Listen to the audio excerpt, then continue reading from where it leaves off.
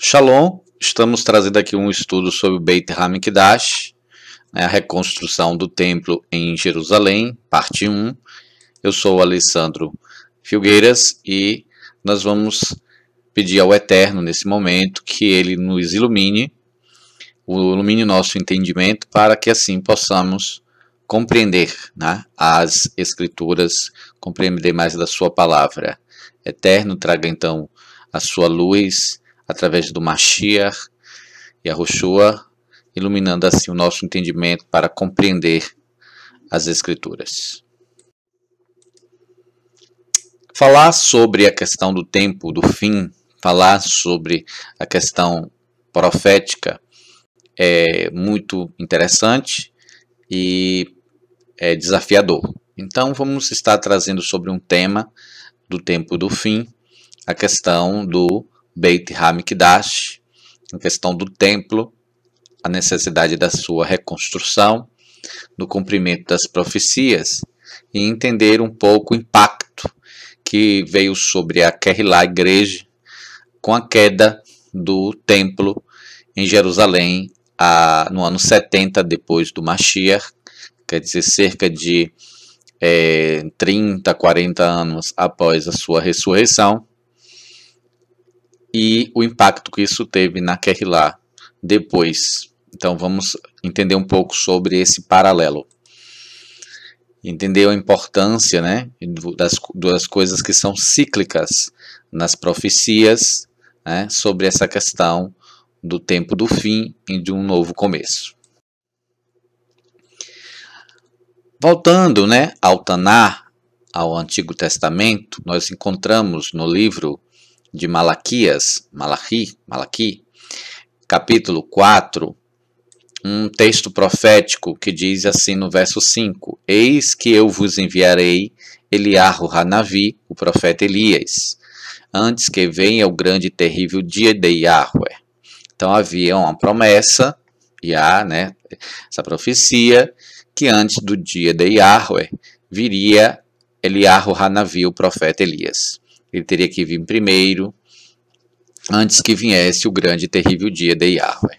Então isso é uma profecia de Malachi, capítulo 4, verso 5.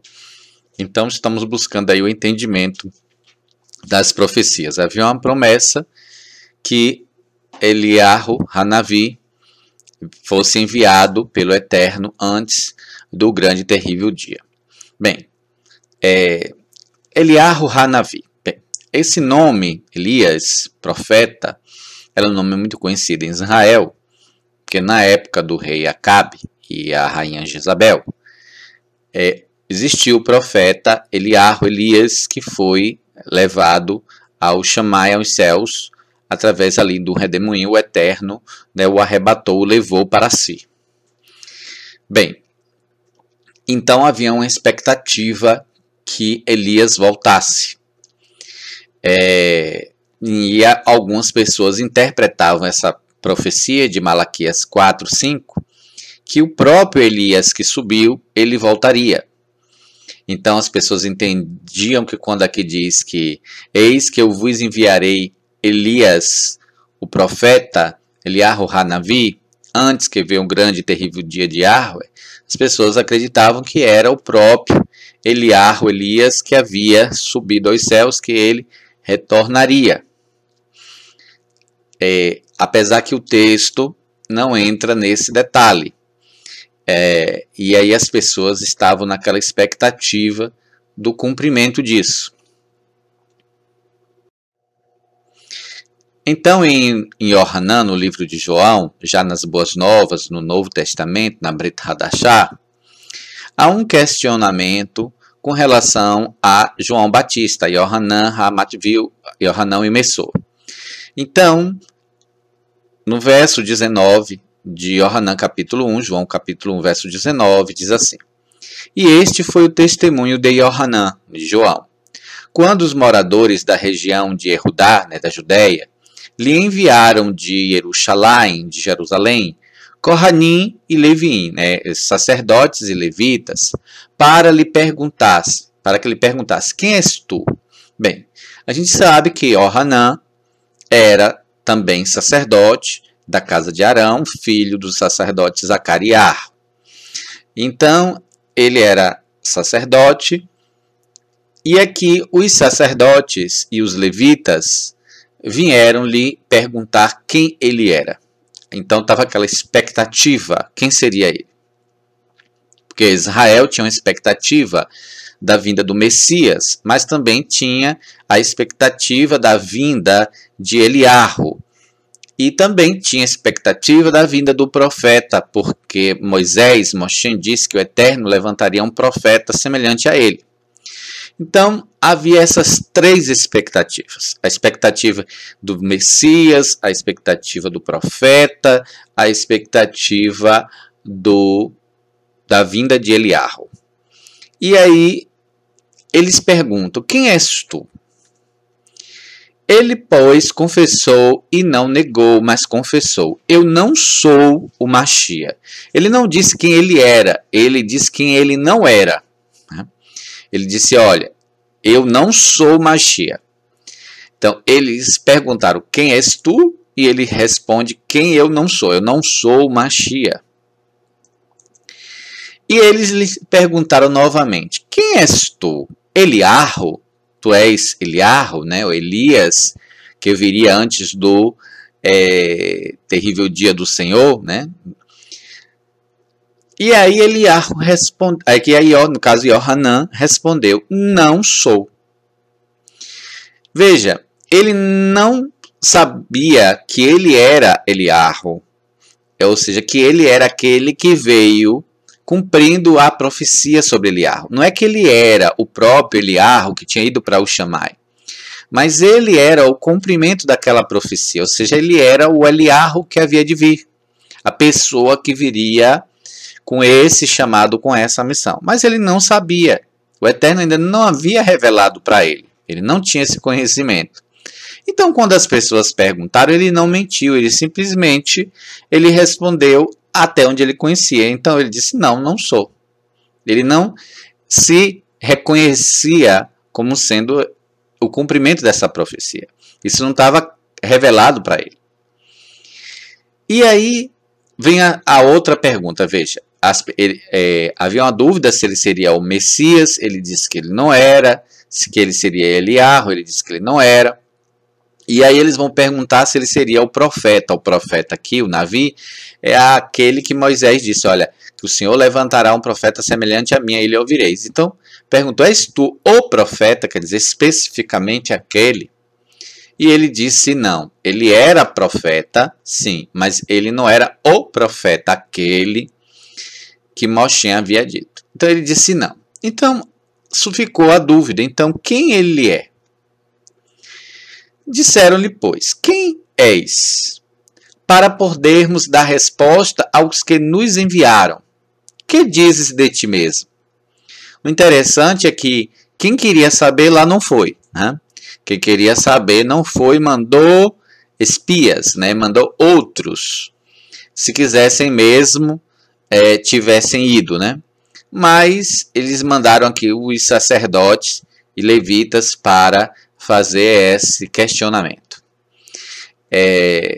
Então, quem és para podermos dar resposta a quem nos enviaram? Que dizes de ti mesmo?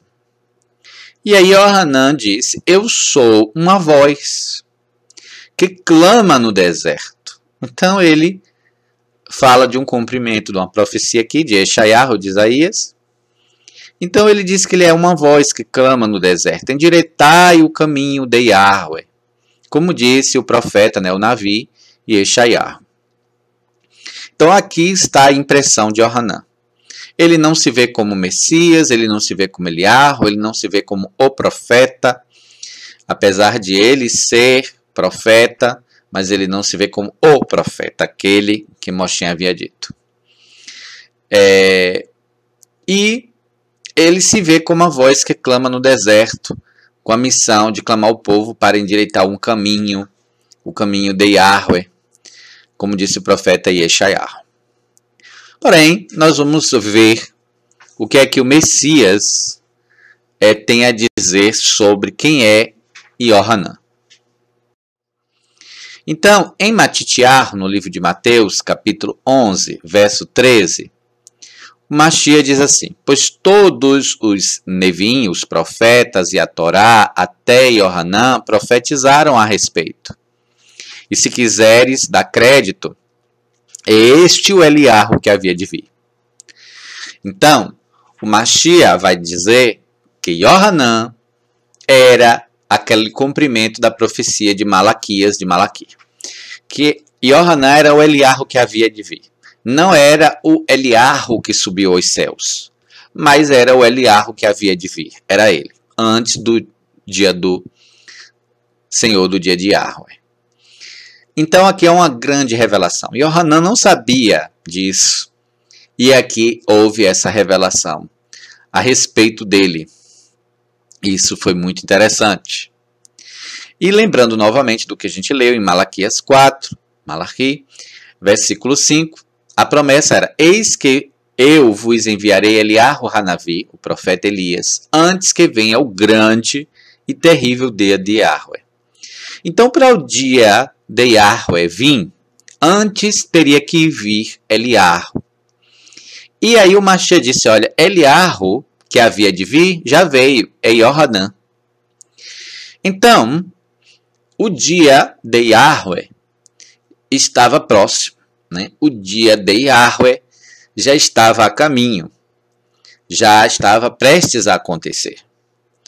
Porque uma das coisas que dependia era a vinda de Eliarro. Eliarro já veio, que era Yohanan. O Mashiach tinha vindo, que era o próprio Yahushua.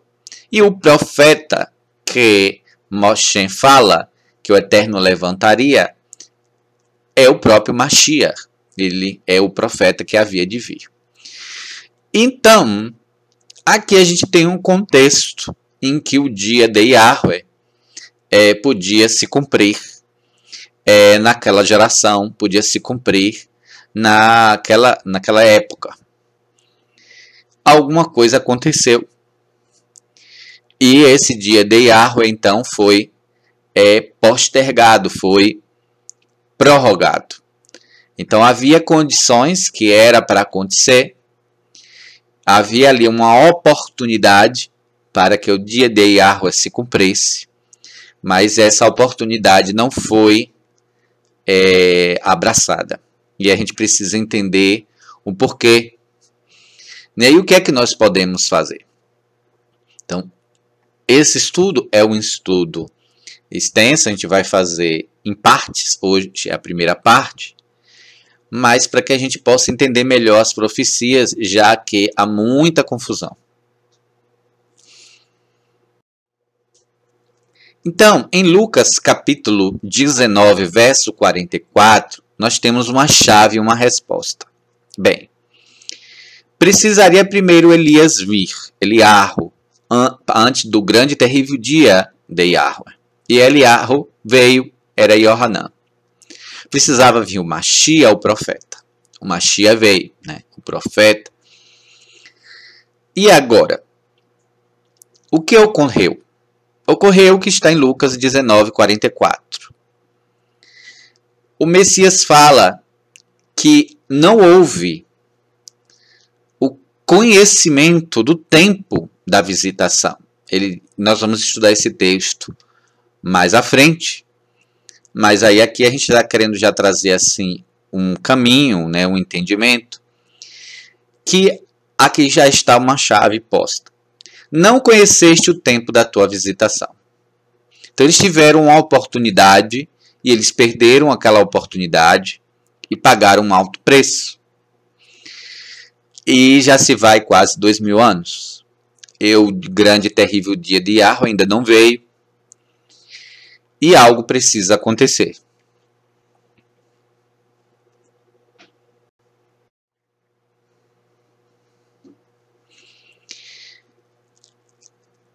Em um texto também, nas Escrituras, nós veremos o seguinte, que o Messias, né, ele reconhece ali, ele revela ali que perderam, né, o tempo da visitação, eles não reconheceram o tempo da visitação. E aí o Messias fala de uma segunda chance. Ele diz, pois eu vos declaro que desde agora de modo nenhum me vereis, até que digas. Então, até que. Ou seja, há uma segunda chance. Tem um até que, ainda bem que tem um até que. Ou seja, não é para sempre. Não me vereis mais, não. De modo algum me vereis até que. Então, isso pode ser revertido. Então, tem um meio para que isso mude. Até que digas, bendito aquele que vem em nome de Yahvé. Em nome do Eterno, em nome do tetragrama sagrado, em nome de Yahweh, em nome, né, do Senhor. Então, é o nome dele mesmo, Yahweh. Veja,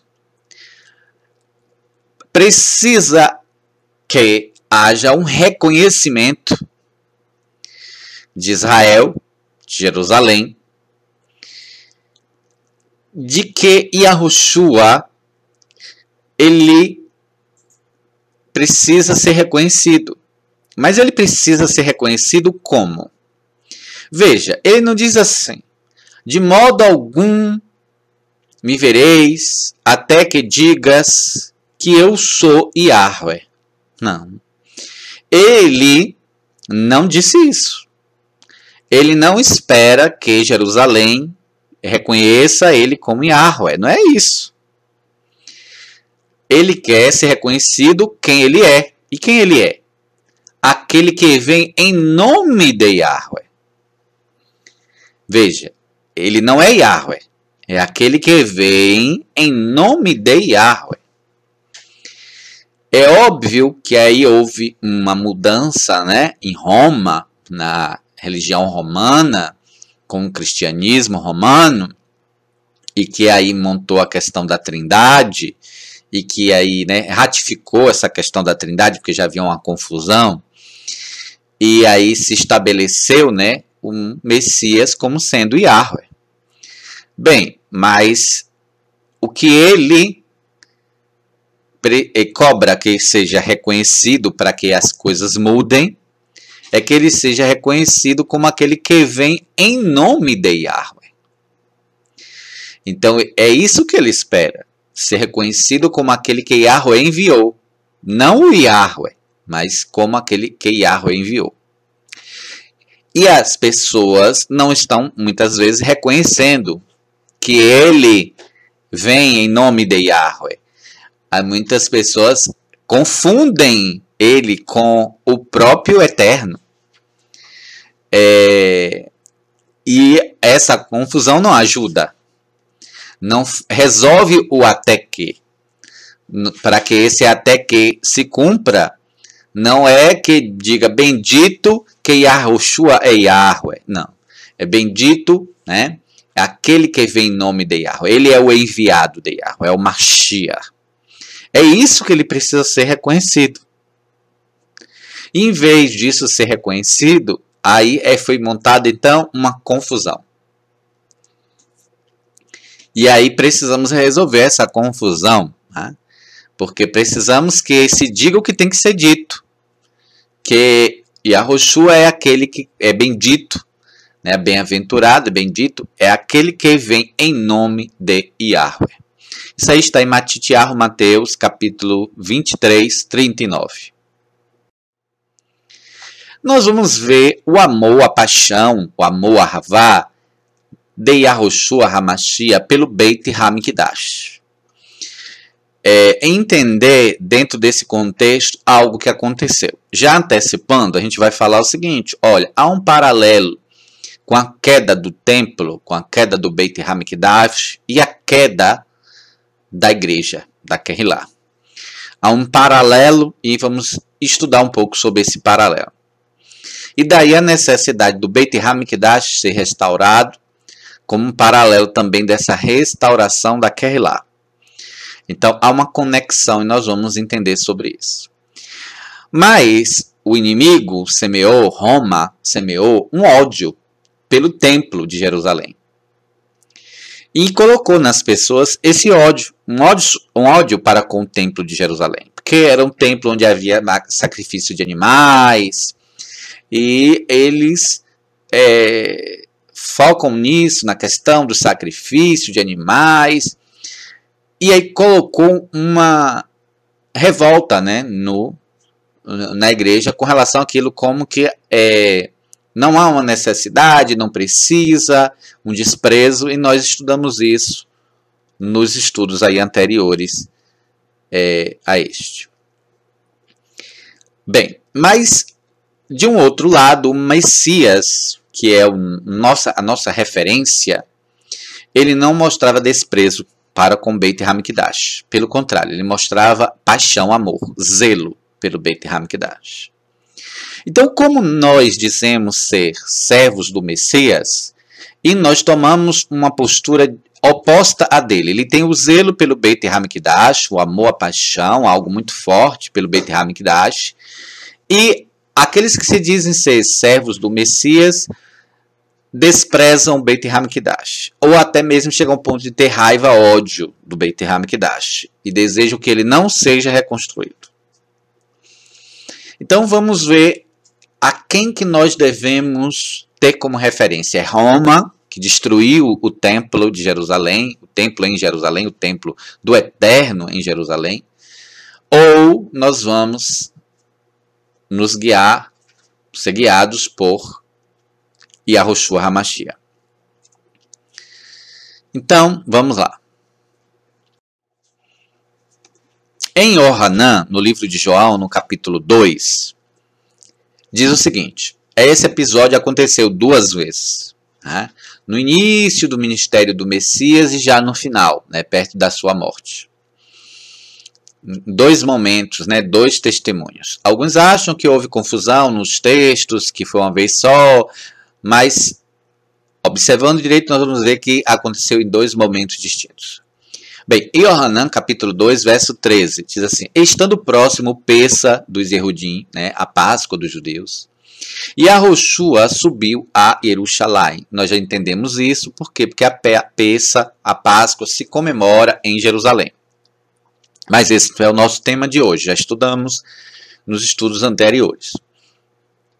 Estando próximo o Pessa, né, dos judeus, e Yahushua em cumprimento à Torá, ele subiu a Jerusalém, porque o Pessa, a Páscoa, é comemorada em Jerusalém.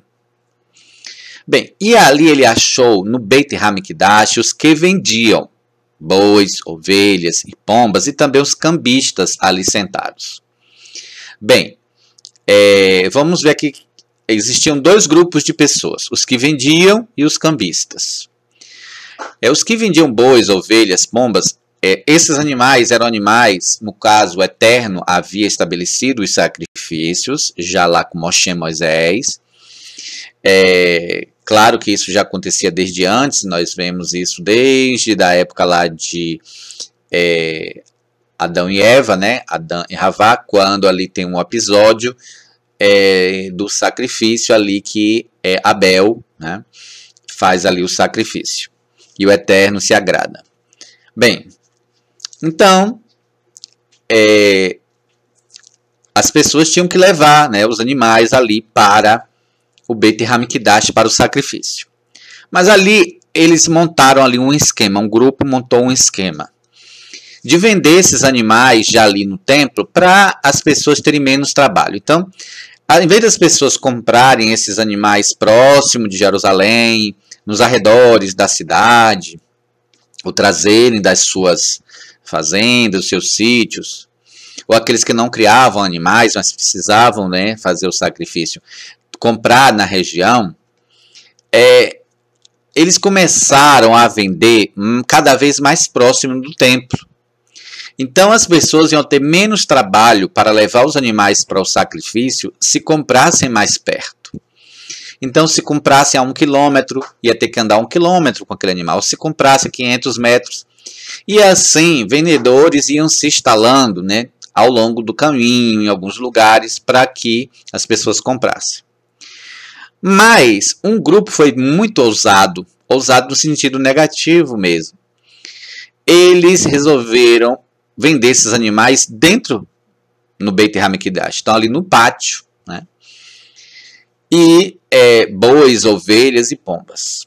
Óbvio que para alguém ter um ponto ali dentro para vender esses animais, não era qualquer pessoa. Quantas pessoas gostariam de ter um negócio lucrativo? E vender já ali, as pessoas teriam o mínimo de trabalho, então seria um máximo, entre aspas, de conforto, né? De praticidade. Então, ter aquele ponto de venda ali era um negócio muito lucrativo. E é óbvio que não tinha ali espaço no pátio do Beit HaMikdash para que todo mundo que quisesse botasse sua barraquinha ali para vender bois. Imagine, bois, ovelhas, pombas. Então, só colocava ali quem tinha, óbvio, né, amizade, entenda essa amizade como propina, né, dali dos sacerdotes, né, do sumo sacerdote, de quem ali tinha grande influência política, religiosa ali em Israel, para conseguir vender ali. Então, era um trabalho muito lucrativo, as pessoas ali vendiam, ganhavam, e óbvio que aquela corja, né, de sacerdotes, não todos, mas, né, aqueles que se corromperam, eles usufruíam dessa propina aí, né, desses que vendiam. Então, para eles era uma forma de ganhar dinheiro, por fora ter essas vendas ali. Então, esses que vendiam bois, ovelhas e pombas, acabavam enchendo, né, os bolsos dos líderes religiosos, dos sacerdotes, né, daqueles que estavam ali querendo dominar o povo espiritualmente. E isso aí, o Messias, ele foi contra. Né? Ele achou ali no Beit HaMikdash pessoas que estavam usando do Beit HaMikdash, do templo, da religião, para ganhar muito dinheiro. E aí há um problema. Então, ele encontrou esses que vendiam. Mas não foi só isso. Ele encontrou também os cambistas. Bem, os cambistas eram quem? Veja bem. Algumas pessoas lá ajudavam, né? Lá no Beit HaMikdash, eles davam ofertas. Com os animais, com os sacrifícios, como vimos, mas também entregava donativos em dinheiro. Só que o dinheiro que circulava em Israel era o dinheiro romano. E o dinheiro romano, que era o dinheiro, porque Roma dominou, né, Israel, então o dinheiro que circulava era o dinheiro de Roma, tinha nas moedas, esse dinheiro eram moedas, tinha ali a imagem do imperador, tinha coisas ligadas à idolatria na moeda. Então, eles inventaram o seguinte, olha, o templo é santo.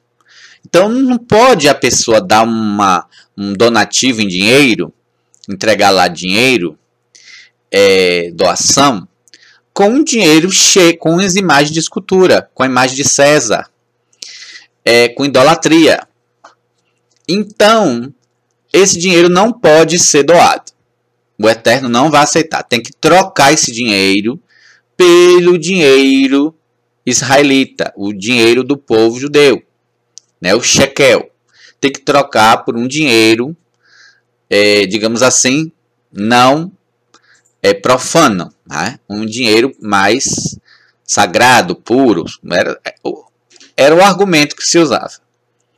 Então, tinha que fazer a troca. Então, tinha que converter aquele dinheiro estrangeiro, romano, em shekel. Então, tinha que fazer essa troca. Então, ali tinha os cambistas. Às vezes, a pessoa chegava com aquelas moedas romanas e aí agora tinha que trocar. Então, tinha que procurar o cambista. É como que dissesse assim, olha, aqui não pode ser doado em real, só pode doar em dólar. Aí a pessoa chegou ali no templo, mas eu só trouxe real. Não, real não pode, só pode doar em dólar. Aí, logo ali no templo, dentro do templo, tem um lugar de câmbio para trocar o real por dólar. para você não precisar ir em um outro local mais distante para fazer essa troca. Não, troca aqui com a gente mesmo, a gente troca. Aqui no templo mesmo tem os cambistas. Só que esses cambistas, eles não faziam uma troca justa. Eles desvalorizavam, né, a moeda que estava sendo trocada para poder enriquecer na hora do câmbio.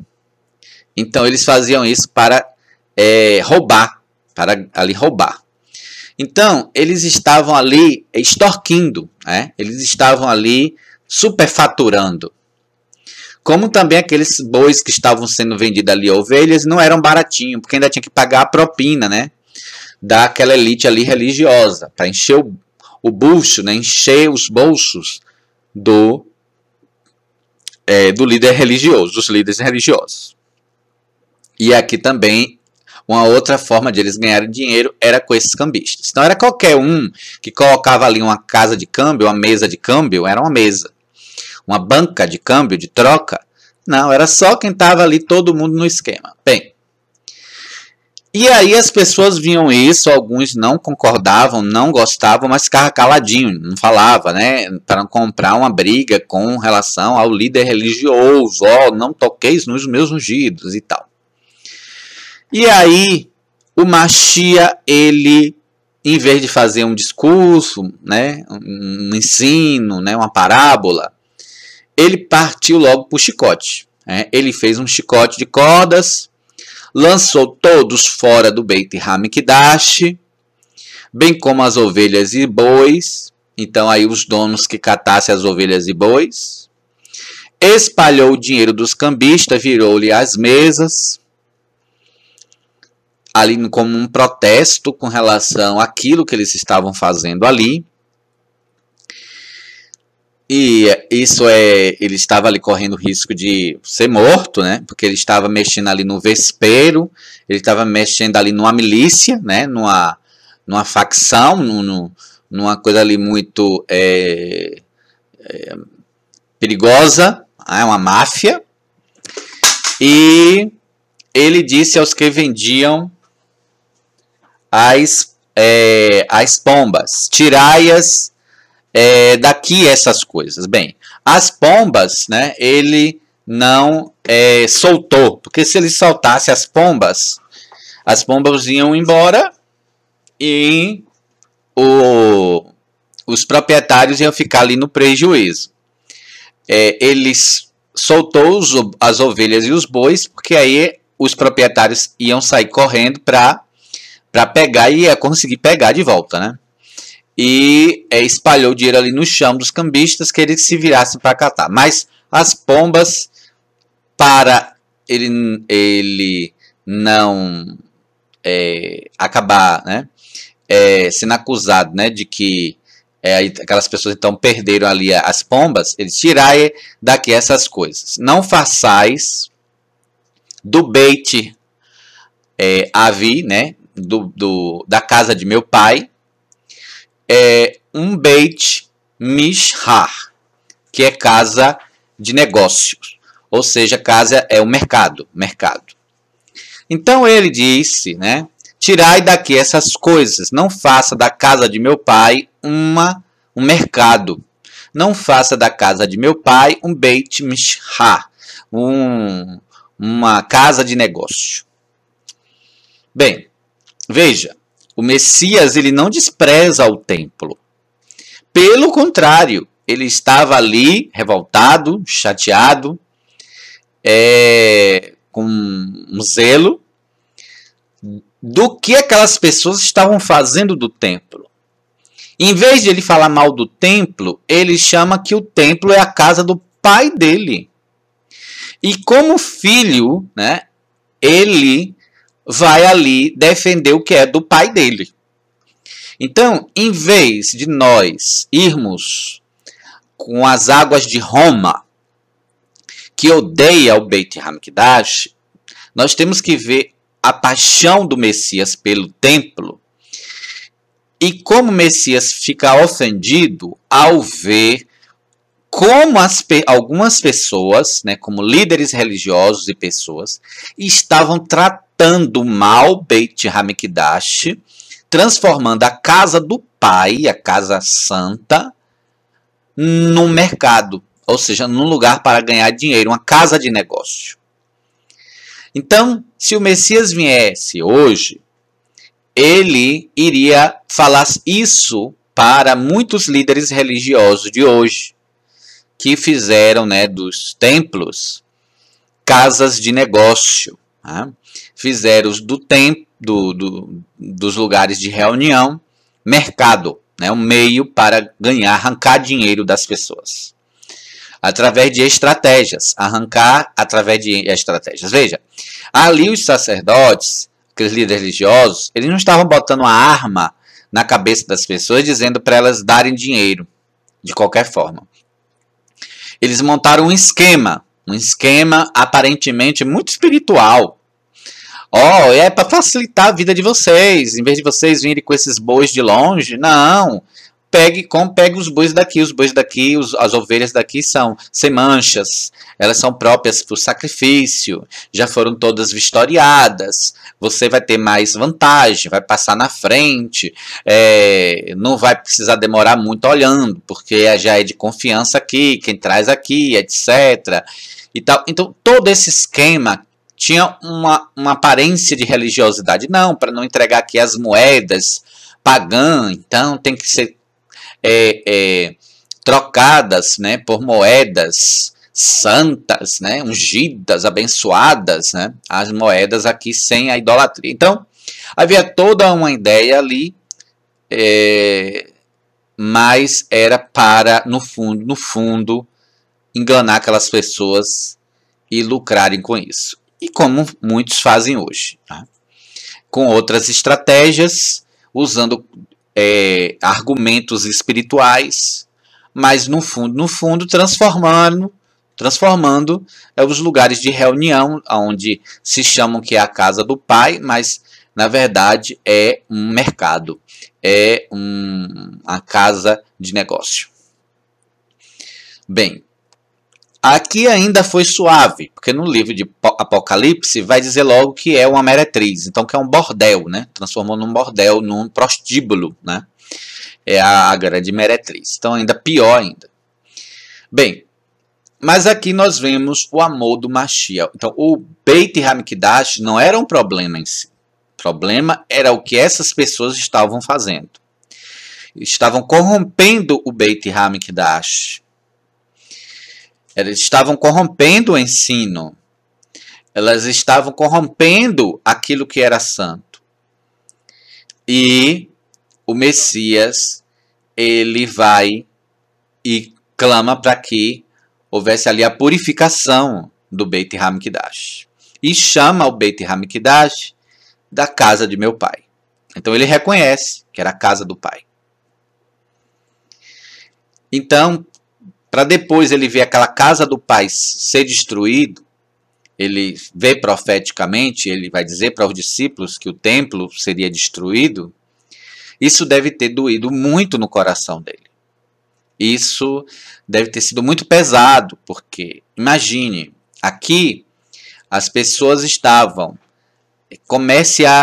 comercializando ali dentro e ele estava tão magoado, tão chateado, tão triste.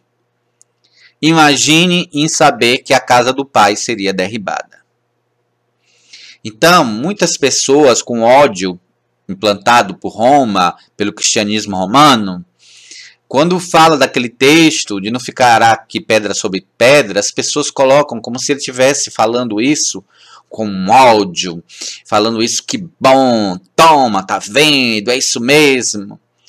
E essas pessoas não entendem que o problema, que o Messias, pelo Beit HaMikdash, ele tinha ahavá, amor. O problema estava no que muitos estavam fazendo, utilizando o Beit HaMikdash como mercado, o mercadejar da fé. E hoje, né, muitas pessoas usam das escrituras, da Bíblia, da palavra, para fazer um mercado da fé.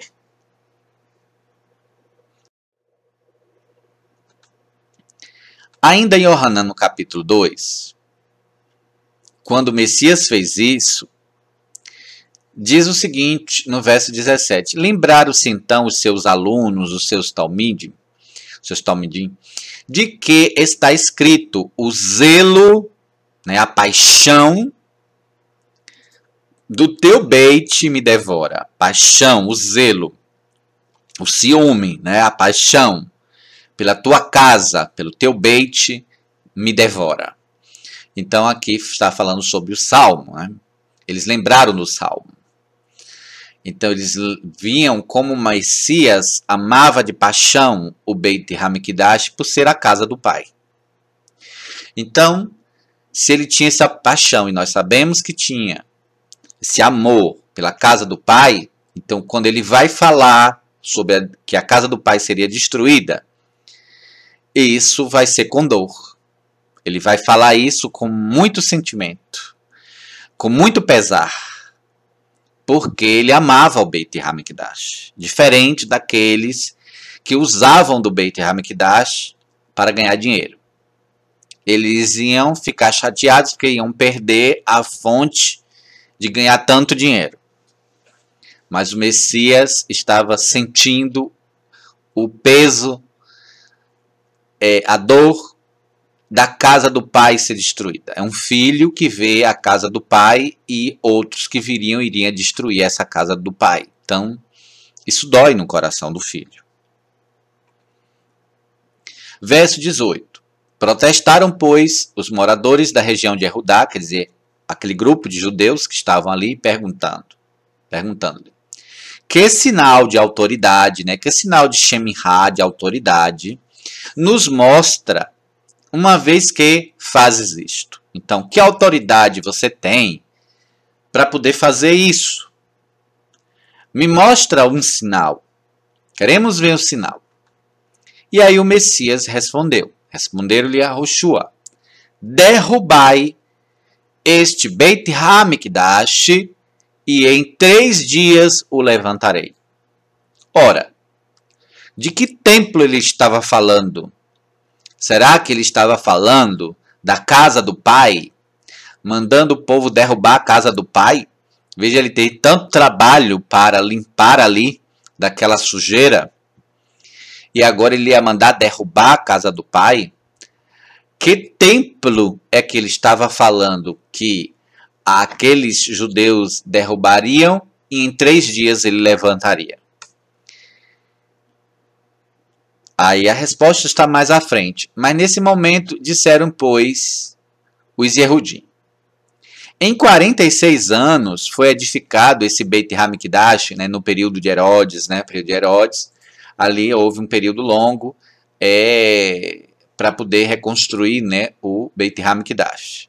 Levou 46 anos, né, para ele ser reconstruído. E tu levantarás em 3 dias. Então eles estavam achando que seria aquele, que ele estava se referindo àquele templo ali. Mas o Mashiach, ele estava falando do Beit Hamikdash, do seu corpo. Então, aqui é uma grande revelação. O Messias, ele compara, há um paralelo entre o templo de Jerusalém, o Beit Hamikdash e o corpo do Messias. Há um paralelo. O corpo do Messias seria derribado e em 3 dias ele levantaria, ele ressuscitaria. Mas em uma outra passagem, o Messias vai falar que aquele templo também de pedra seria derribado. Então nós vemos que há um paralelo entre o corpo do Messias e o templo, o Beit Hamikdash. E aqui nós vemos uma profecia dada pelo próprio Messias, que o corpo do Messias seria derribado, mas que ele levantaria em 3 dias. E aí nós vamos ver mais à frente que a igreja, a Kehilá, é também chamada do corpo do Messias. né? Chamada como o corpo do Messias. Então, o Beit Hamikdash em Jerusalém, o corpo do Messias e a Kehillah, elas estão ligadas a um paralelo. E a gente sabe que o templo em Jerusalém foi derribado, o corpo do Messias físico foi derribado, foi morto, e que a igreja, a Kehillah, também foi derribada. Ela foi profanada, ela caiu e precisa ser levantada. E o corpo do Messias que foi morto foi ressuscitado, foi levantado. Mas o templo em Jerusalém ainda não foi restaurado. E a Kehillah também. Ela não foi ainda restaurada na sua plenitude. Então, há algo aí e precisamos entender. Vamos entrar nessa questão da emoção do Messias por Jerusalém. Não foi fácil para o Messias ver a rejeição que Jerusalém teve com relação a ele e o que viria sobre Jerusalém. Então ele chora não por ele, mas pelo que aconteceria em Jerusalém, como consequência da sua posição com relação ao Messias.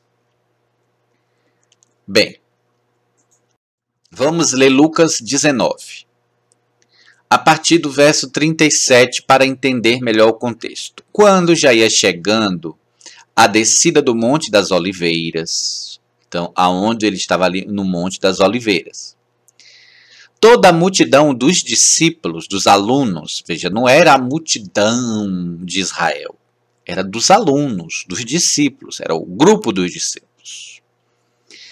Então, esse grupo dos discípulos estava ali se alegrando, começou a louvar a Elohim em voz alta por todos os milagres que tinha visto. Porque como eles seguiam o Messias, eles viram muitos milagres. Então eles estavam muito felizes. Então essa multidão aí é dos discípulos, os Talmidim. Verso 38, dizendo: bendito o rei que vem em nome de Yahweh. Veja, isso não foi um reconhecimento de Jerusalém, da Judéia em si. Isso foi um reconhecimento dos discípulos. E aí esses discípulos vai dizer: bendito o rei que vem em nome de Yahweh, Shalom nos chamai nos céus e exaltação nas alturas. Nisto disseram alguns dos purushim, né, dos fariseus. Dentre a multidão, dentre o grupo ali dos discípulos, tinha alguns ali infiltrados, né, alguns purushim, alguns fariseus. E aí alguns desses fariseus disseram: Rabino, repreende os teus talmidim, os teus discípulos. Veja, quem estava falando isso não era, novamente, aquela multidão do povo de Israel todo, né, do multidão da Judéia. Aqui era o grupo dos discípulos, multidão dos discípulos, dos talmid. E aí, esses fariseus disseram: Rabino, repreende os teus alunos, os teus discípulos. Ao que ele respondeu: digo-vos que se estes se calarem, as pedras clamarão. Então, ainda bem que um grupo, né, proclamou isso, mas não foi o suficiente. E aí, ainda em Lucas 19, continua, verso 41. E quando chegou perto e viu a cidade, veja, essas pessoas vieram de fora de Jerusalém. Elas vieram de fora, passaram lá pelo Monte das Oliveiras e aí fizeram isso. Mas quando chegou perto e viu a cidade, o Mashiach chorou sobre ela, que a realidade de Jerusalém era outra. Jerusalém estava ali a capital, muita gente influente e muita gente com coração corrompido, né? Muita gente ali que dominava a nação, era a capital, muita gente com muito dinheiro, com muita influência, muitos sacerdotes, muitos líderes religiosos, mas muita corrupção espiritual. E quando ele chegou perto e viu a cidade, chorou sobre ela. Então é nesse contexto que o Messias, de choro, de quebrantamento, ele diz: se tu conhecesses, ao menos neste dia, o que te poderia trazer o Shalom, mas agora, veja, não é para sempre, é agora, isto está encoberto aos teus olhos. Porque dias virão sobre ti em que os teus inimigos te cercarão de trincheira. Então Roma, o exército romano, iria cercar Jerusalém. Então o Messias começa a ter a visão daquilo que iria acontecer. Ele começa a chorar. Dias virão que os teus inimigos te cercarão de trincheira e te sitiarão, né? Cercarão a cidade. E te apertarão de todos os lados. Então, a destruição de Jerusalém, do templo que os romanos fizeram, não foi algo que agradou o Messias. Não foi algo que alegrou o Messias. Quando o Messias viu isso profeticamente, ele teve a revelação do que ia acontecer, ele chorou. E aí ele diz: e te derribarão a cidade. E o templo ficava onde? Em Jerusalém. Então o templo também seria derribado. Então, quando ele fala sobre a destruição de Jerusalém e por tabela do templo, porque o templo estava em Jerusalém, ele fala isso com choro. Ele fala isso sentindo profundamente. Porque ele sabia que o Beit HaMikdash, que estava ali naquela cidade e queria ser derrubado, era a casa do pai dele. E aqui na terra, ele era a casa do pai dele também. O corpo dele era a casa do pai dele, porque a Ruach do pai, o espírito do pai, a Ruach HaKodesh, estava nele. E então ele era a habitação do pai aqui na terra. Então, tanto que ele diz: quem me vê a mim, vê o pai. Então, é muito interessante que ele está falando isso com choro. Mas a teologia cristã, muitos ensinamentos, passou como se o Messias estivesse falando isso de outra maneira. Bem, e aí ele conta que te derribarão a ti e aos teus filhos, que dentro de ti estiverem, e não deixarão em ti pedra sobre pedra. Isso ele está chorando. E aí ele diz aqui o porquê. O porquê não é por causa dos animais que estão sacrificando no templo, por causa do sacrifício de animais. Não era isso que Roma colocou na cabeça das pessoas.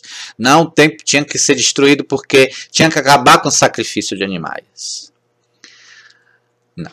Era porque não conheceste o tempo da tua visitação. Isso iria acontecer porque eles tiveram a faca e o queijo na mão. Eles tiveram a oportunidade do dia de Yahweh,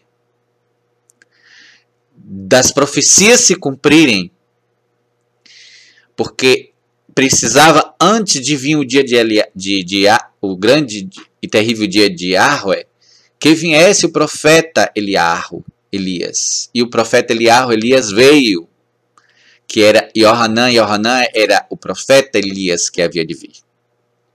O Messias veio, o profeta profetizado por Moshe, por Moisés, que o Eterno levantará um outro profeta semelhante a mim, a ele ouvireis. O Mashiach veio. E aí poderia ter as coisas se cumprido tudo naquele momento, naquela época, naquela geração. Mas eles não conheceram o tempo da visitação. E aí eles perderam a oportunidade e pagaram um preço muito alto por isso. E o Messias chora por isso. Então, isso seria então adiado para uma outra geração, para uma outra época. Por quê? Porque eles não conheceram o tempo da visitação. E aí o templo ia ser derrubado. Então, entrando ele no Beit HaMikdash, isso logo na sequência, ele falando, chorando isso, chegando à cidade, ele vai e entra no Beit HaMikdash e ele começa a expulsar os que ali vendiam. Veja, isso já é Lucas 19, já é perto de ele morrer. E aquilo que nós lemos em João foi no capítulo 2, logo no começo do ministério dele, do serviço dele. Então nós vemos aqui que foram em dois momentos distintos. Eles tiveram a oportunidade, o Messias esteve lá antes, fez aquilo, eles não aprenderam a lição. Então, entrando no Beit HaMikdash, começou a expulsar os que ali vendiam. Dizendo, está escrito, o meu Beit será Beit Tefilá. A minha casa será casa de oração. Veja, ele está dizendo que o Pai tem aquilo ali como a casa dele. Que a casa dele era para a oração. E vocês fizeram de covis de ladrões. Então, lá no início, há 3 anos e meio, ele disse que aquelas pessoas transformaram o templo em um mercado, num lugar de negócio. Agora, ele escancara ainda mais a denúncia. Ele disse, vocês fizeram de esconderijo de ladrões. Vocês ficam escondidos, covis de ladrões é onde os ladrões ficam escondidos para roubar. Então vocês se escondem aqui para roubar.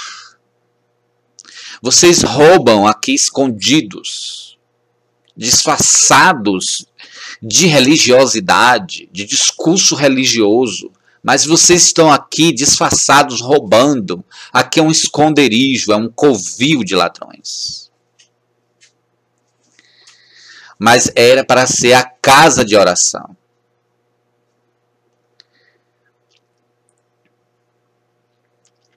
E aí o que o Messias resolve fazer ali? O Messias vai ensinar no Beit HaMikdash. Então, em vez de ele roubar, em vez de ele fazer do templo mercado da fé, ele vai fazer lugar de ensino. Então, hoje, em muitos lugares que as pessoas chamam templos religiosos, igrejas, muitos lugares, em vez de estar ensinando o ensino do Mashiach, do Messias, em vez de ser um local de ensino, tem sido covil de ladrões, de roubar a fé, de roubar a palavra, a doutrina verdadeira, e passar para a pessoa uma doutrina falsa, enganosa, deturpada, adulterada. Ainda bem que não são todos, né? Bem, ali o Mashiach disse, em todos os dias ensinava no Beit HaMikdash. Mas os principais corraninhos, professores da Torá e os principais do povo procuravam matá-lo.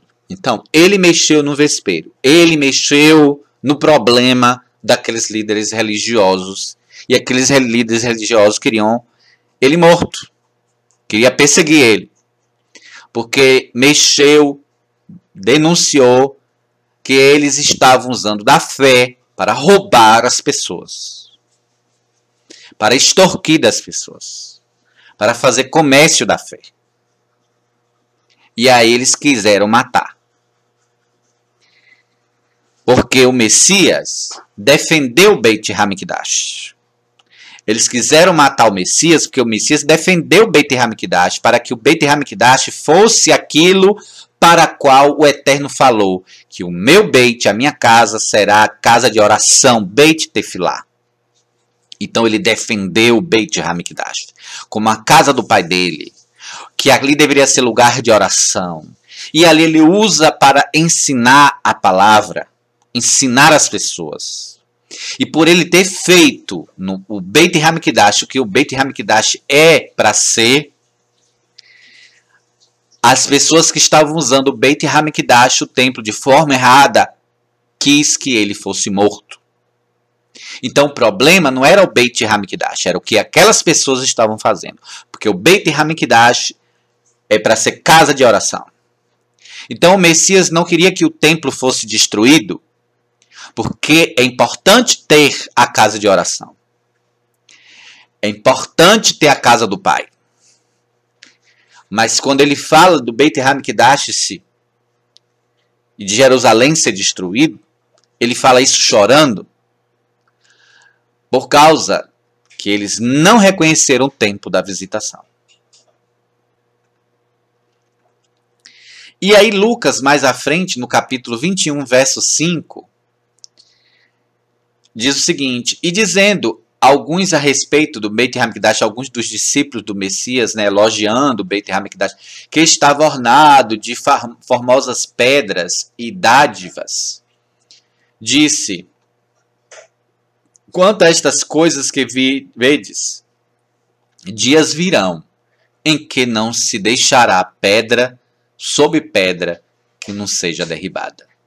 Então o Messias fala que as pedras do Beit HaMikdash, que tinham sido, né, com muitos esforços colocados uma sobre a outra, edificadas sobre a base, sobre o fundamento, essas pedras, elas cairiam. E aí nós vamos ver um paralelo entre o Beit HaMikdash e a igreja. A igreja Kehilá também é um Beit HaMikdash, é o templo. E ela, a Kehilá, ela é formada por cada membro da Kehilá, cada participante é uma pedra na edificação. E quando o Império Romano, através de Roma, através de seu poder político, ele fez a bagunça na Kehilá e transformou ali a igreja romana, com muitos dogmas fora da palavra, acabou ali derrubando a Kehilá verdadeira e não ficou ali pedra sobre pedra. E desses escombros precisa se levantar a Kehilá do Mashiach, que foi derrubada por Roma. Assim como Roma derrubou também o templo lá em Jerusalém, o Beit HaMikdash em Jerusalém, derrubou também o Beit HaMikdash, que era a Kehilá. E nós vamos entender um pouco isso mais à frente. Então aí em Lucas 19, verso 44, nós vimos essa frase, né? Não conheceste o tempo da tua visitação. Bem, quando nós lemos João e Yohanan capítulo 2, verso 19, Yahushua disse assim: derrubai este Beit HaMikdash, em 3 dias o levantarei. Mas ele falava do Beit HaMikdash, do seu corpo.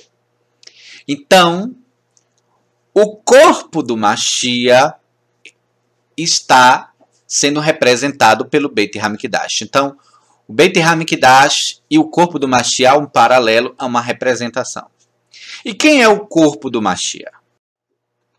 Em 1 Coríntios, capítulo 12, Shaul Hachali, o apóstolo Paulo, traz uma grande revelação. Ele diz o seguinte, em 1 Coríntios 12, verso 27, ora, vós sois o corpo do Mashiach, do Messias, e seus membros em particular. Então, o corpo do Mashiach é a Kehilá, é a igreja. E o que é que nós lemos naquele texto anterior? Que o corpo do Mashiach, o Beit HaMikdash, seria derrubado. E que em 3 dias ele iria levantar.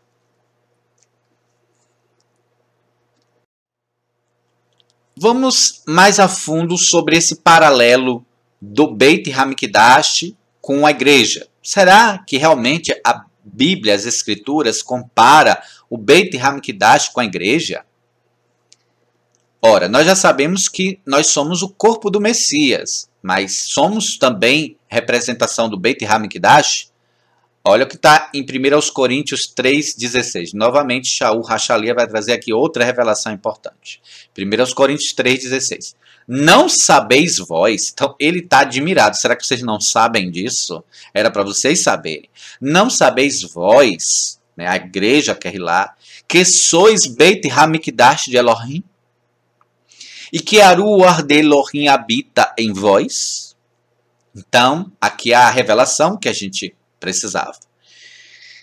Que o templo em Jerusalém era uma representação do corpo do Messias, e o corpo do Messias representa a igreja representa o corpo do Messias, e a igreja também representa o Beit HaMikdash.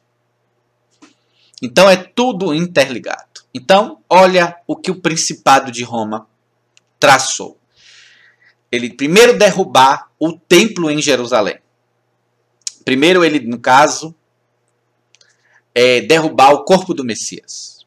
Depois derrubar o templo de Jerusalém. E depois ele derrubar a igreja. Tudo conectado. Mas o Messias tinha um outro plano. O corpo do Messias não ficaria derrubado para sempre. Ele ressuscitaria. O templo de Jerusalém também não ficará derrubado para sempre, será reconstruído. E a Querrilá também será restaurada. E aí o Messias dá um prazo, 3 dias. No caso do corpo dele, foram 3 dias mesmos. De 24 horas. No caso da Querrilá e do templo, nós temos aí dias proféticos, porque um dia para Yahweh é como 1000 anos. Então ele fala que em 3 dias, ou seja, no 3º milênio, isso seria reconstruído. O templo que haveria sido derribado, e a gente pode entender também a restauração da Querrilá. E nós já passamos do 2º milênio. Do milênio que eu estou falando, do nascimento do Messias. E já entramos no 3º milênio, no 3º dia do nascimento do Messias. Então é possível que nesse milênio a Querrilá seja restaurada e o templo também em Jerusalém.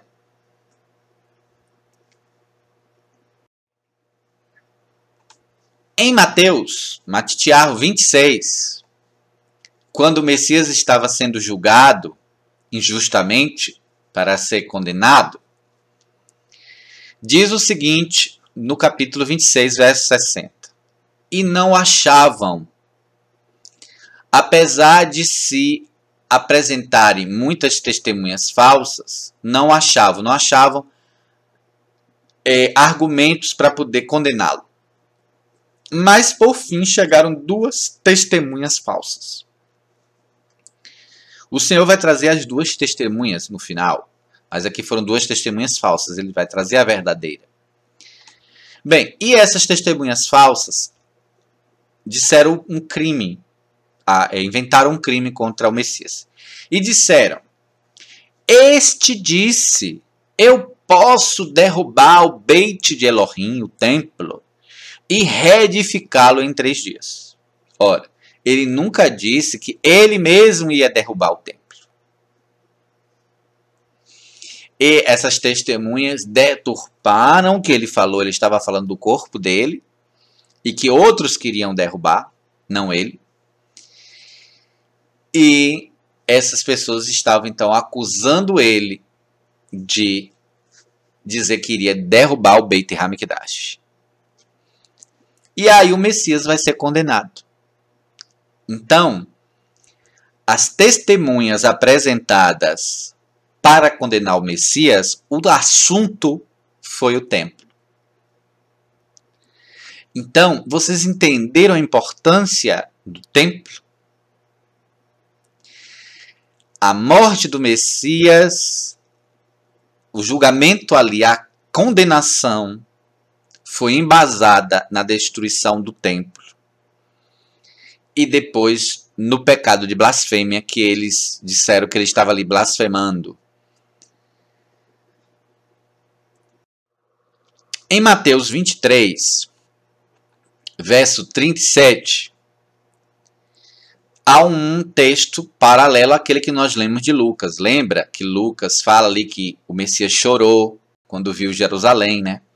Aqui agora já é Mateus. Mateus 23, 37. O Messias dizendo: Jerusalém, Jerusalém, que mata os nevinhos profetas, apedreja os que a ti são enviados. Quantas vezes quis eu ajuntar os teus filhos, como a galinha junta os seus pintos debaixo das asas, e não quiseste. Então, eles tiveram o tempo da visitação e eles não aproveitaram esse tempo. E aí, ele fala no verso 38, eis que o vosso beit, a vossa casa, vai ficar deserta. Vai ficar-vos deserto, né, o beit. Isso ele falando para Jerusalém.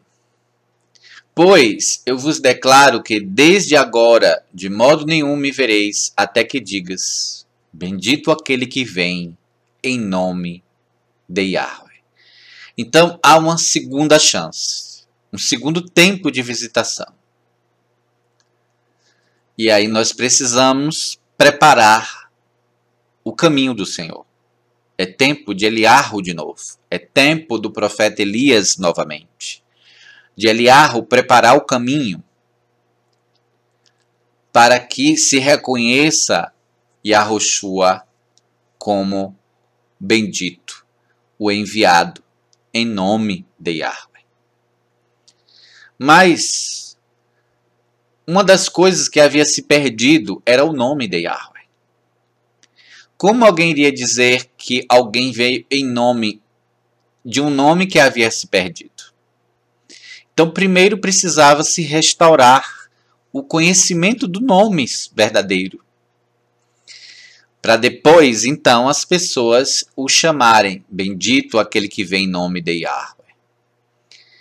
E aí vinha essa segunda chance aí. Mateus 24. A Querrilá e a queda do Beit. É óbvio que hoje nós não vamos entrar nesse assunto em detalhes. A gente vai trazer na sequência, em outro estudo, na sequência desse estudo, né, uma outra gravação. Mas queremos chamar a atenção a algo aqui. Ora, Yahushua, tendo saído do Beit Hamikdash, ia se retirando quando se aproximou dele os seus discípulos, seus talmidinhos, alunos, para lhe mostrarem os edifícios do Beit Hamikdash, porque o Beit Hamikdash era composto de várias edificações, formando ali um conjunto, né? Mas ele lhes disse: não vês tudo isto? Amém. E eu vos digo, que não se deixará aqui pedra sob pedra que não seja derribada. Então aqui há um detalhe que ele não fala só da destruição do Beit Hamikdash, mas ele entra no detalhe de que as pedras seriam derribadas. E se há um paralelo entre o Beit Hamikdash e a Querrilá, quem são as pedras que seriam derribadas? Então a gente precisa entender sobre isso.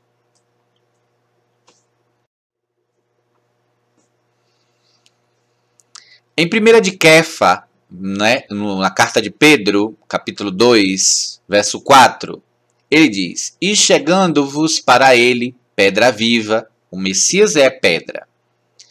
E nós, como servos do Messias, também vamos ser representados como pedras. Vamos lá? Ele é a pedra viva, rejeitada, na verdade, pelos homens, mas para com Elohim, eleita e preciosa. É uma pedra eleita e preciosa, o Messias. Vós também, quais pedras vivas? Então, nós também somos pedras. O Messias é a pedra viva e nós também pedras vivas. Mas pedras vivas edificando o quê? Sois edificados como Beit, como casa da Ruach, como templo da Ruach, para serdes Kehuná Kadosh, sacerdócio santo, a fim de ofereceres sacrifícios espirituais, aceitáveis em Elohim, por Yahushua HaMashiach. Então, em Israel, em Jerusalém, havia um templo, Beit Hamikdash físico, na qual eram oferecidos sacrifícios físicos ao Eterno. E a Querrilá, o templo, lá em Jerusalém, era feito de pedras físicas, pedras mesmas, tirada do solo. Nós, a Kehillah, somos o templo espiritual, o templo da Ruach, feito por pedras, no caso vivas, que são as pessoas que fazem parte da Kehillah. E nós também oferecemos sacrifícios, são sacrifícios espirituais. Então há um paralelo entre esses dois templos. Assim como não ficaria pedra sobre pedra daquele templo, também aconteceu com a Kehillah, não ficou pedra sobre pedra. Inclusive, até o Messias foi atingido na Kehillah, ou seja, a figura dele foi adulterada na igreja. Um falso Messias, um Jesus romano, no lugar do verdadeiro Yahushua HaMashiach. Porque Yahushua HaMashiach, nas escrituras, vai defender uma coisa, mas o Jesus romano vai defender outra, vai ensinar outra. Aquelas pessoas são ensinadas à idolatria, a diversas coisas contrário ao que o verdadeiro Yahushua HaMashiach disse. Então é um outro Messias, diferente do verdadeiro. Então não ficou pedra sobre pedra. E da mesma maneira que aqueles sacrifícios físicos lá do templo foi removido, também chegou o momento que os verdadeiros sacrifícios espirituais, os sacrifícios em Ruach, verdadeiros, também foi corrompido. E a igreja passou a utilizar ali os sacrifícios, a missa, né? Da onde vem a palavra de sacrifício, a palavra missa. E longe, né, do que era o original. Ainda em Kefa diz no verso 6, por isso a escritura diz, eis que ponho em Sião, uma principal pedra angular eleita e preciosa, e que nela crê não será confundido. Então o que é que Roma fez? Derrubou o templo verdadeiro, removendo as pedras. E o que é que a Roma espiritual fez? A igreja romana, ela removeu a pedra angular, a pedra verdadeira, colocou um outro fundamento, o fundamento dos concílios, os fundamentos dos homens, no lugar do fundamento verdadeiro do Mashiach, da sua palavra. Em Efésios, diz o seguinte, em Efésios 2, verso 20, que nós fomos edificados sobre o fundamento dos Shaliahim, dos emissários, e dos Neviim, dos profetas, sendo o próprio Mashiach, Yahushua, a principal pedra de esquina. Então nós temos aqui 3 elementos ali de fundamento. O Messias como principal fundamento, o fundamento da pedra de esquina. Essa pedra de esquina é uma pedra de prumo, é uma pedra na qual todo o edifício é levantado sobre esse ângulo, sobre esse prumo, sobre esse esquadro, né? Então ele sobe esquadrejado, para não cair. E então Mashiach é um principal fundamento. Mas também aqui há 2 outros colocados. O fundamento dos profetas, que é o chamado Antigo Testamento, e o fundamento dos apóstolos, dos emissários do Shaliahim, o Novo Testamento. Então nós temos aqui o Antigo e o Novo Testamento junto com o Messias como a base para a Kehillah ser edificada. E aí se Roma vai destruir o Beit HaMikdash, ela vai atingir em cheio, para não ficar pedra sobre pedra, esses fundamentos. Os ensinamentos dos apóstolos vão ser substituídos por outras doutrinas de homens. O Velho Testamento é desprezado como velho e não considerado como Taná, mas como Velho Testamento, algo ultrapassado e não como um fundamento da Kehillah. E o Messias então passa a ser transformado em um outro Messias diferente, que aprova o que o verdadeiro Messias desaprovava. Então começa a haver um outro Messias sendo colocado, Jesus romano, no lugar do verdadeiro. Mas na igreja original, na Kehillah, havia esses fundamentos, o fundamento dos apóstolos, dos emissários, do Shaliahim, dos Neviim, dos profetas, e o próprio Mashiach ali como uma pedra que colocava tudo ali no esquadro, no prumo, subindo ali tudo no mesmo, né, alinhado. do qual todo edifício bem ajustado, porque tem aquela pedra ali de esquina para trazer esse ajuste, cresce para Beit HaMikdash Kadosh em Arwe. Então, para Roma derrubar o Beit HaMikdash Kadosh, que era a igreja, atingiu em cheio a pedra que mantinha o edifício bem ajustado, que era o verdadeiro Messias e o fundamento dos emissários e dos profetas. Então, para a reconstrução do Beit HaMikdash, que é a Kehilá, é necessário que seja novamente colocado o fundamento dos apóstolos, dos profetas, ou seja, o Antigo e Novo Testamento, de uma forma plena, com o Mashiach como a principal pedra da esquina, o verdadeiro Mashiach. E aí o edifício bem ajustado crescer como Beit HaMikdash Kadosh, como foi no início. No qual também vós justamente sois edificado para a morada de Elohim na rua, no Espírito. Então, primeiro Roma destrói o templo físico em Jerusalém para depois destruir o espiritual. Então há um paralelo. Primeiro no físico, depois no espiritual.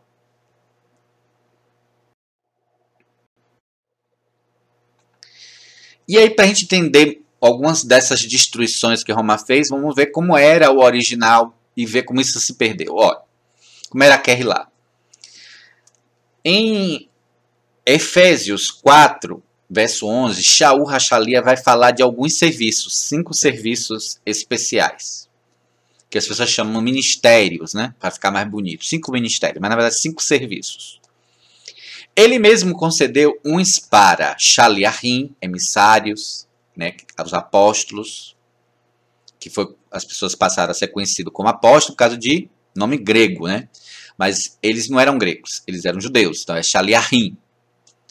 Então, ele concedeu uns para Shaliachim, a emissário, aqueles que são enviados, outros para Neviim, que são os profetas, aqueles que trazem a palavra revelada do Eterno, aqueles que trazem as pessoas de volta para a Torá, que as pessoas haviam perdido a Torá, esquecido a Torá, descumprido a Torá, e aí o Senhor levanta os profetas para trazer o povo de volta à obediência à lei, à sua lei, porque o pecado é a transgressão da lei, da Torá.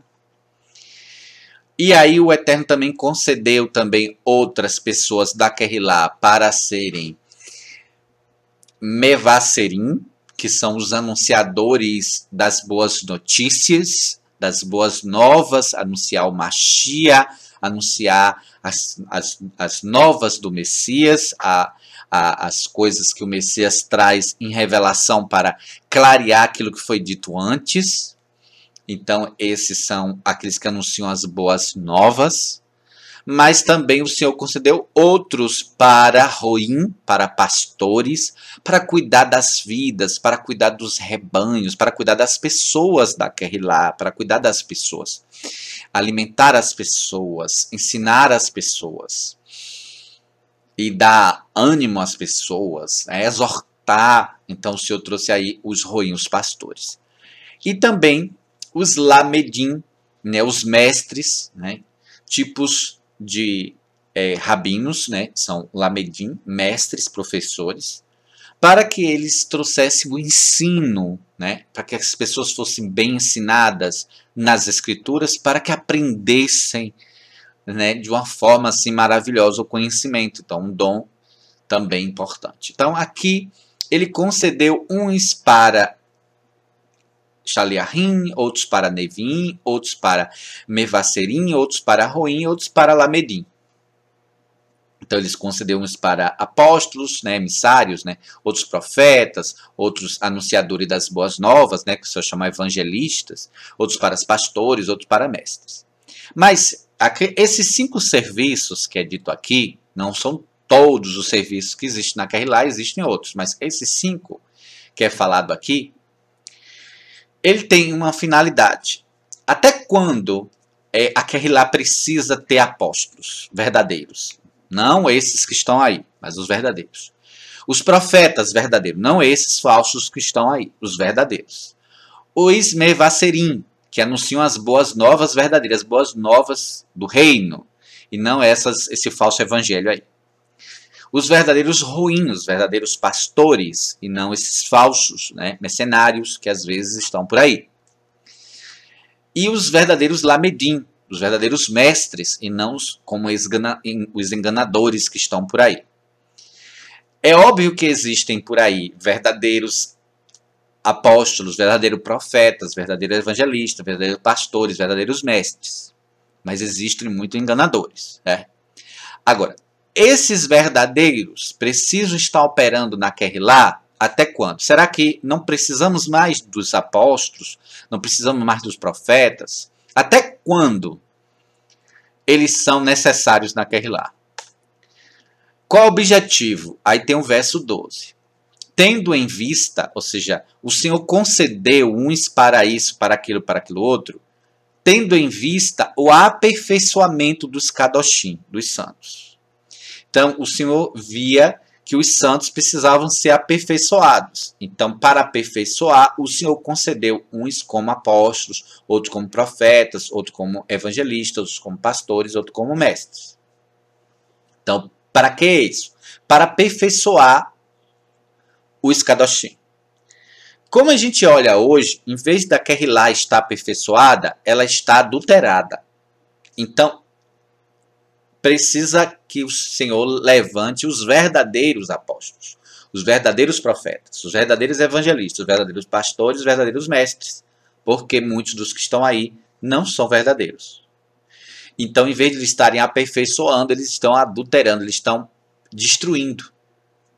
Mas os verdadeiros, esses daí, do eterno, que o Senhor concedeu, tendo em vista o aperfeiçoamento. Então, para aperfeiçoar Kehillah, precisa ser levantado verdadeiros. Então, já que falamos que a Kehillah foi derrubada e não ficou pedra sobre pedra, então, para que ela seja edificada, o Senhor precisa de serviços. E aqui são 5 serviços colocados aqui, com vista ao aperfeiçoamento dos santos, para a obra do serviço, ou seja, para que os santos realizem a obra do serviço, eles precisam estar bem preparados.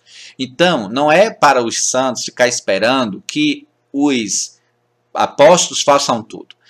Os apóstolos, profetas, evangelistas, pastores e mestres, eles precisam equipar os santos, aperfeiçoar os santos, para os santos realizarem a obra da edificação, a obra do serviço. Para que o corpo do Mashiach seja edificado. Então, para que o Beit HaMikdash espiritual, o corpo do Mashiach, que é o Beit HaMikdash, seja então edificado. Então, as pedras estavam ali, caídas, e agora precisam ser levantadas. Então, aí o Senhor concedeu uns para apóstolos, profetas, evangelistas, pastores e mestres, para que eles aperfeiçoem os trabalhadores, os Kadoshim, para a obra do serviço, para que o corpo do Mashiach seja edificado. Até que, então, até quando precisa dessa equipe trabalhando, desses 5 trabalhando ali juntos, os apóstolos, os profetas, os evangelistas, os pastores, o mestre? Até quando? Até que? Será que já passou esse até que? Até que todos cheguemos à unidade da emuná da fé. Então, se você acha que todos já chegaram à unidade da fé, então não precisa mais de apóstolos, de profetas, de evangelistas, de pastores e mestres. Mas se você vê que ainda não chegamos na unidade da emuná da fé, e não chegamos, então nós precisamos dos verdadeiros, fazendo o aperfeiçoamento dos Kadoshim, dos santos, para que se realize a obra e se edifique, né, o Beit HaMikdash, né, o corpo do Mashiach. Até que todos cheguemos à unidade da fé e ao pleno conhecimento do Filho de Elohim. Você acha que já chegamos no pleno conhecimento do Filho de Elohim e aí não precisamos mais desses serviços? Então, se nós não chegamos ainda no pleno conhecimento do Filho de Elohim, ainda precisamos dos verdadeiros apóstolos, profetas, evangelistas, pastores e mestres. Ao estado do homem feito, à medida da estatura da plenitude do Mashiach. Então, já chegamos no estado de homem feito, à medida da estatura da plenitude do Mashiach. Então, se não chegamos ainda, não estamos nesse nível de edificação, então ainda precisamos desses 5 verdadeiros serviços ocorrendo. E o povo sendo aperfeiçoado e realizando a obra do serviço. E o verso 14.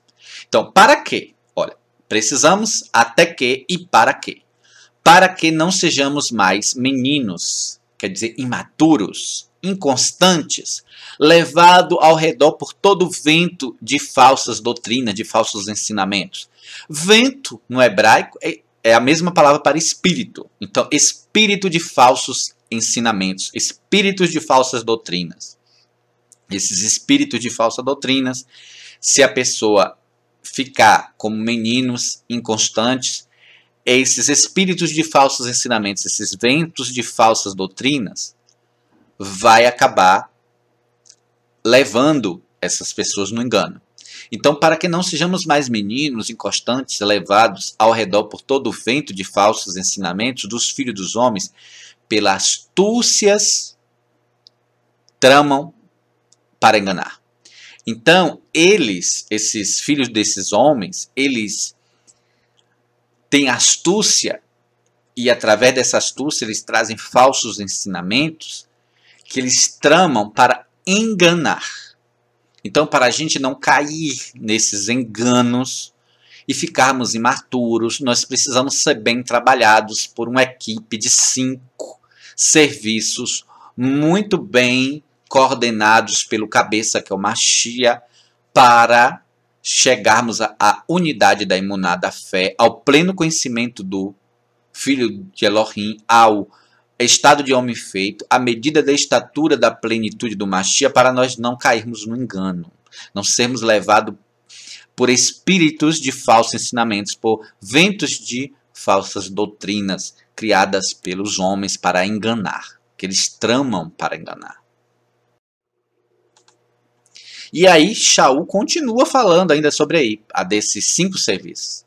Antes, ou seja, em vez de acontecer isso, o Eterno chamou esses 5 para fazer esses serviços, para a gente não ser enganado, pelo contrário, antes seguindo a verdade. Então, em vez de a gente ser enganado e para o engano, a gente para a verdade.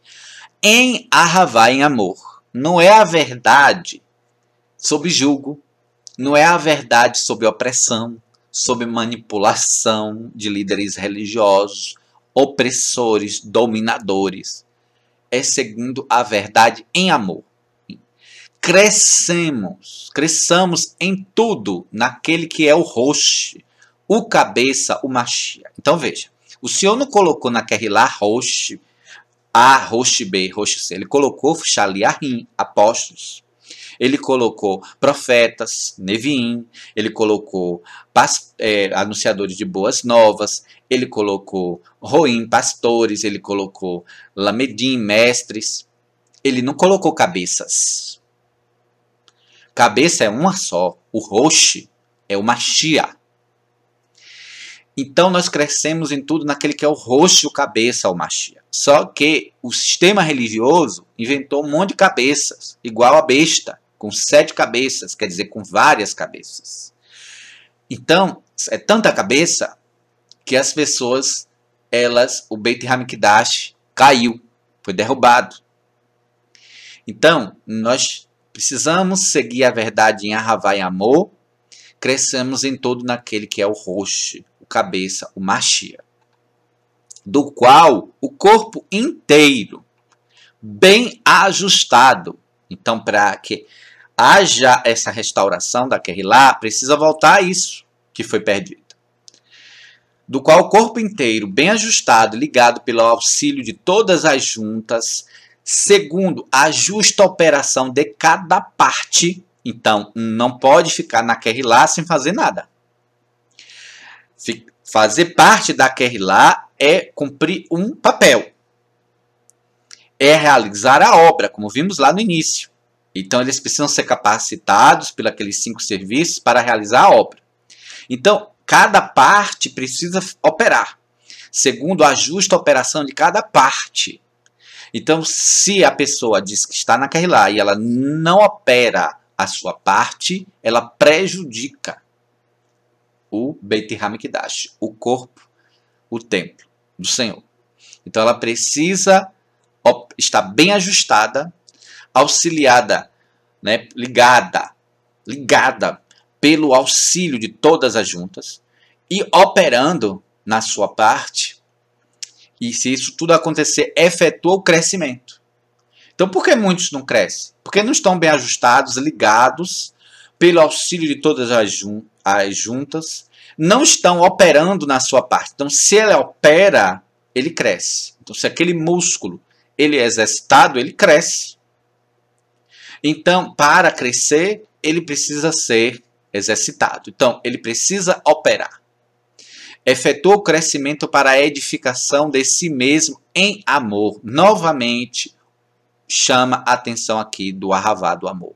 Edificação de si mesmo não no jugo, não na opressão, não no medo, não no pânico, não na manipulação, controle, não no engano, não nas estratégias humanas, mas a edificação em Ahavá, em amor. E aí ele continua em 1 Coríntios 3, já vou ler aqui um outro texto, em 1 Coríntios 3, verso 9, diz assim, porque nós somos cooperadores de Elohim. Então, Shaul, Paulo, que era apóstolo, ele se coloca e entende que ele e os outros eram cooperadores de Elohim. Vós sois lavouras de Elohim e edifício de Elohim.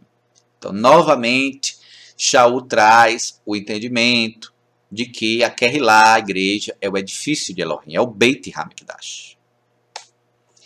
Segundo o favor imerecido de Elohim que me foi dado, lancei eu como sábio, prudente construtor. Veja, ele é prudente construtor. Então, os apóstolos, profetas, evangelistas, pastores, mestres, eles estão ali como construtor, precisa ser sábio, ser prudente. Prudente construtor. E ali ele diz o seguinte, lançou o fundamento e outro edifica sobre ele, mas veja cada um como edifica sobre ele. Então, como é que a Kehilá tem que estar edificada? E nós sabemos quem é o fundamento. O fundamento é o Mashiach.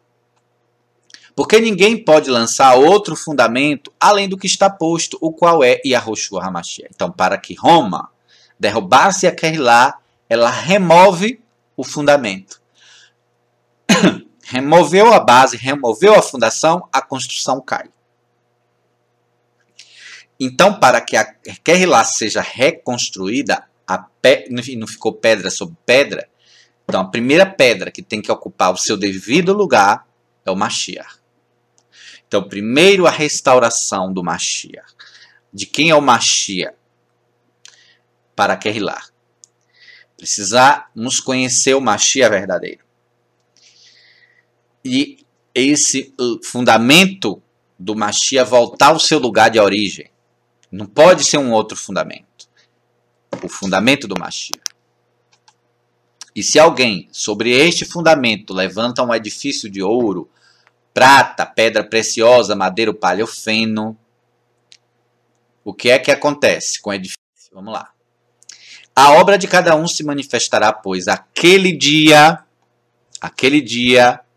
demonstrará, porque será revelada no fogo, e o fogo provará qual será a obra de cada um. Veja, quando eles destruíram Beit HaMikdash, Roma destruiu o templo, tocou fogo, queimou. Shaul aqui está falando um paralelo. Olha, nós somos o Beit HaMikdash. E no Beit HaMikdash vai passar pelo fogo. Se a sua obra era de palha, se a sua obra era de madeira, vai queimar. Se permanecer a obra que alguém sobre ele edificou, esse receberá a recompensa. Se a obra de alguém se queimar, sofrerá ele prejuízo, mas o tal será salvo, todavia, como que pelo fogo.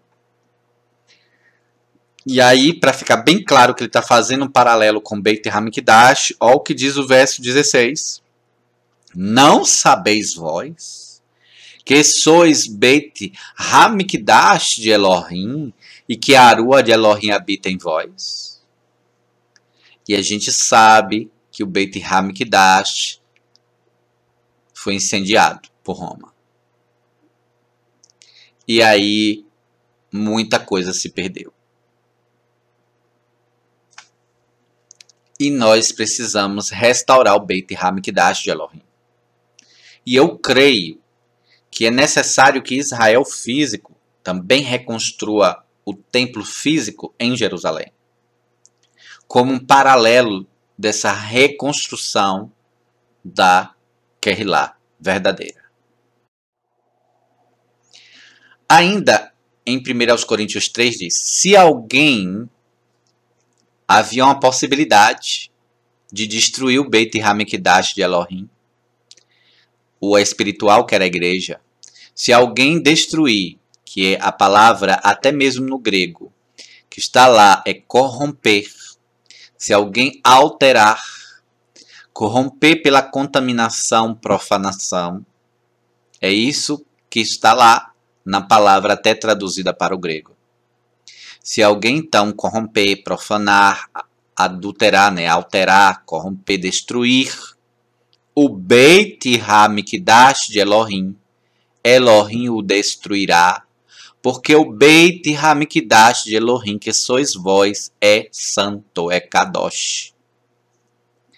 Então, havia uma possibilidade de destruição do Beit HaMikdash.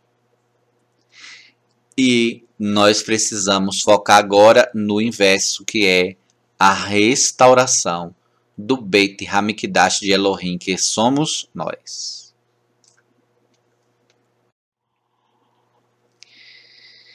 E esse estudo continua, então, na próxima parte, no próximo vídeo que vamos fazer. E aí vocês vão entender mais sobre esses paralelos. Então, continua aí na parte 2. Shalom.